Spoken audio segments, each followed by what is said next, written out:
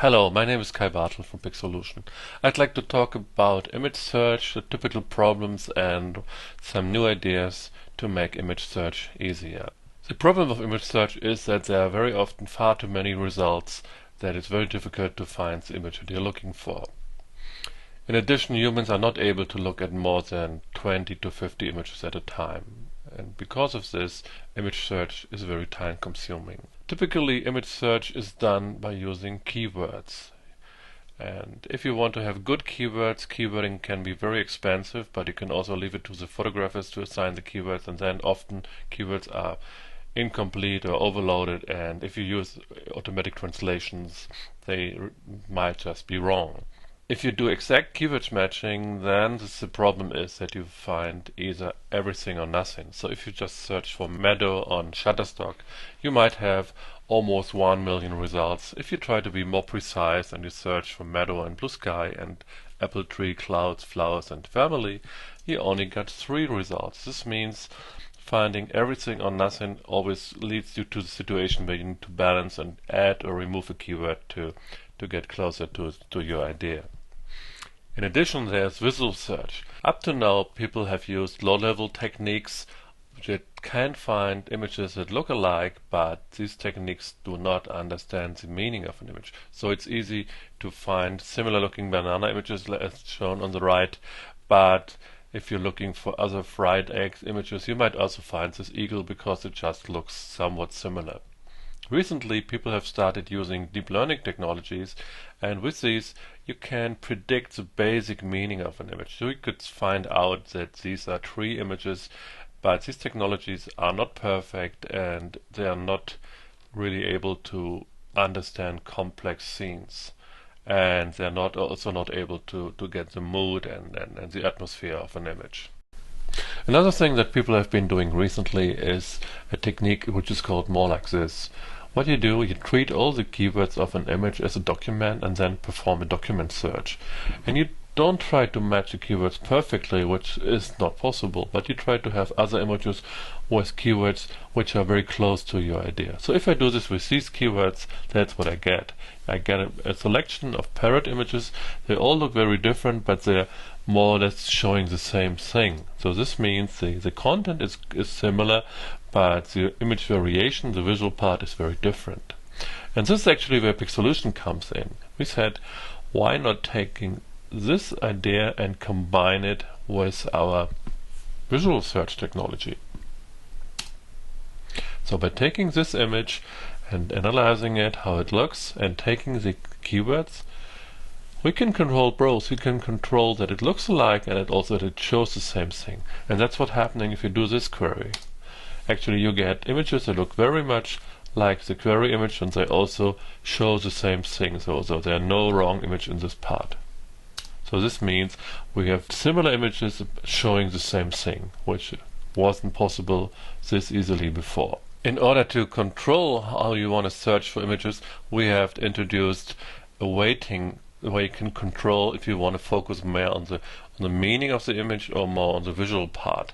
And if you're looking for dandelion images, you might get this result if you only focus on the keywords. If you say, okay, it should be a little bit closer to my query, then you would have images that look a little bit more like your query image. And then you could go further and say, I want it to be very similar to my query.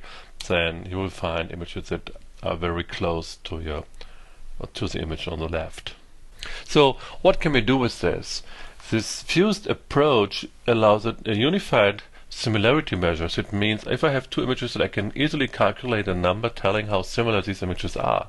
And with this, we can do several things. One thing I'm going to show you soon is how we use this for our normal improved image search, but we can also do other things. We can use this for clustering, sorting, and also building networks for visual navigation. I'll show this afterwards. This is the demo that you also find on our pixolution website.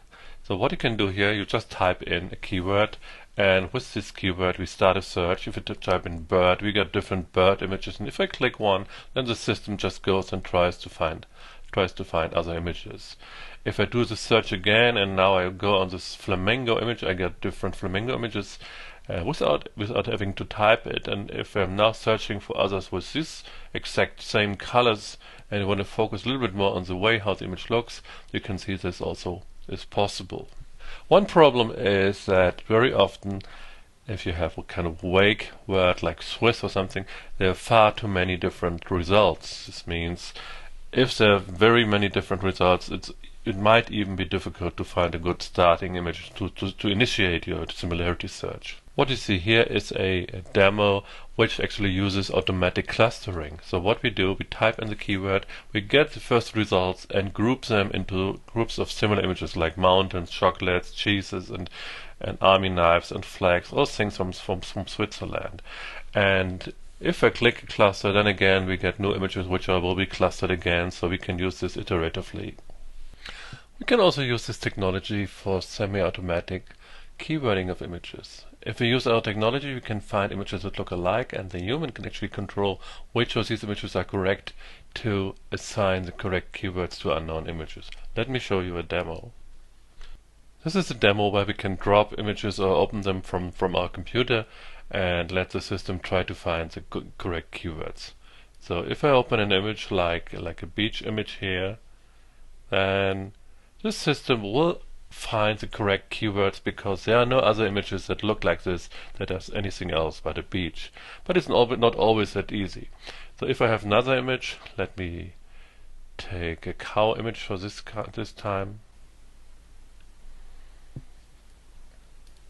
Now the results are not so good. We got grass and meadow and nature and green and some things that are quite okay, but actually cow is missing. But what we can do now, we can just confirm one or two images that are correct to get the right keywords. Just by clicking this image, I can get quite good keywords now, and you can see usually with one or two clicks we are quite good. Let me show you the last example. In this case, if I've taken this fried egg, the results are not too good. We got white, light, black background, so these are no good keywords for this. But again, if I just click the image that is correct, and then I will get better keywords again. There are also situations where this approach doesn't work at all, but then all you need to do is to put in one good keyword and go on from that, and then usually you end up with having nice keywords for your images very quickly. Let me show you another approach, which we call visual image browsing. What you see here are actually 256 images representing 1 million images. And what you're actually seeing here is an image pyramid, which I can zoom like a Google Maps approach. So by just zooming in this area of this sunflower image, you can find all the other sunflower images below. And on the right you get a kind of a map which can be dragged and moved around like a map in Google Maps. By zooming out again, you can see that at the top level we have only moved one image, and below there are quite a lot more images. We can also use this for searches. So if I search for apples, what I see here now are actually it's on the right you're seeing in a heat map, and this heat map shows where are apples that can be found, and we got different areas here, and these areas show like we have isolated apples on tree, and again we can zoom in on these areas. So this is a fast way to actually navigate millions of images in a totally new way. Let me show you another search. Let's look for coffee. And again we get different regions with cups of coffee and women drinking coffee and cakes and other situations where you have coffee images. And again you can see you got a very fast, quick overview of such images that have anything to do with coffee. So this concludes my talk. What I've shown you today is the technology from Pixolution, which you can already use today, this fused visual and keyword search approach. And what we will have soon is automatic keywording. Our search will be further improved by using image understanding with deep learning networks, and we will propose visual image search technologies where you can actually navigate and search images without giving any keywords. Thank you very much.